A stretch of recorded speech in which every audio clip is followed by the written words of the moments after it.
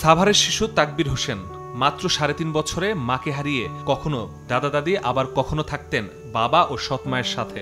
শুরু থেকেই কারণে অকারণে নির্যাতনের শিকার হতে হয় শিশুটিকে। নানা বাড়ি থেকে শিশুটিকে ভরণ পোষণের প্রস্তাব দিলে সম্পর্কই ছিন্ন করা হয়। বোন মারা যাওয়ার পর থেকে আমাদের কাছে দেয় নাই, আমাদের সাথে কথাও বলতে দেয় না। আমার আব্বা আম্মা দেখতে গেলে ও আমার আব্বা আম্মার সাথে টর্চার করতো এবং কি মারতেও চাইছে। সবশেষ গত ২৫ মার্চ ভাকুরতার মোগরাকান্দায় সৎ মায়ের নির্মম নির্যাতনের শিকার হয়ে গুরুতর আহত অবস্থায় রাজধানীর নিউরোসায়েন্সেস হাসপাতালে ভর্তি করা হয় তাকবীরকে। চিকিৎসকরা জানান শরীরের পাশাপাশি মাথায় ভারী বস্তু দিয়ে আঘাতের ক্ষত ছিল শিশুটির। ব্রেনের তো ভিতরে রক্তক্ষরণ হয়েছে, জোরে খুব সজোরে আঘাত করা হয়েছে বলে মনে হয়, না হলে এত জোরে আঘাত না করলে ভিতরে এরকম রক্তক্ষরণ হওয়াটা অস্বাভাবিক।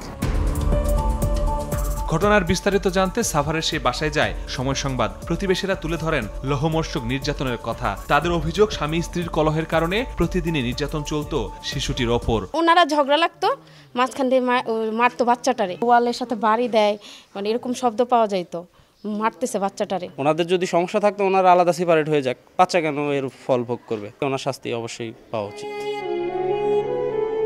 অবশেষে ১২ দিন লাইফ সাপোর্টে থাকার পর সোমবার ভোরে মৃত্যুর কাছে হার মানে তাকবীর। শিশুটির এমন করুণ মৃত্যু মানতে পারছেন না নানাবাড়ির কেউ।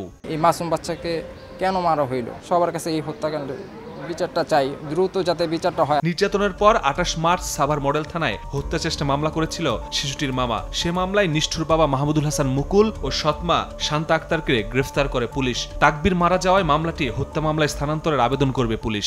আগে তো ছিল অন্য মামলা, এখন তো মার্ডার মামলা হবে। মারা গেছে, ডেথ সার্টিফিকেট নিয়ে সবকিছু করে আবেদন করতে চাই। ২০২৩ সালে নিহত তাকবীরের মা আত্মহত্যা করেছিল। সেই আত্মহত্যার প্ররোচনার মামলায় চার্জশিটভুক্ত আসামি এই মুকুল ও শান্তা। এদের পরকীয়ার কারণে আত্মহত্যা করেছিল তাকবীরের মা, এমন প্রমাণও পেয়েছিল পিবিআই।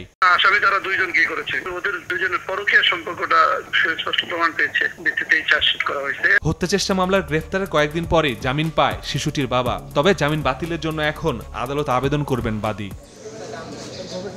মাসুদুর রহমান, সময় সংবাদ, ঢাকা।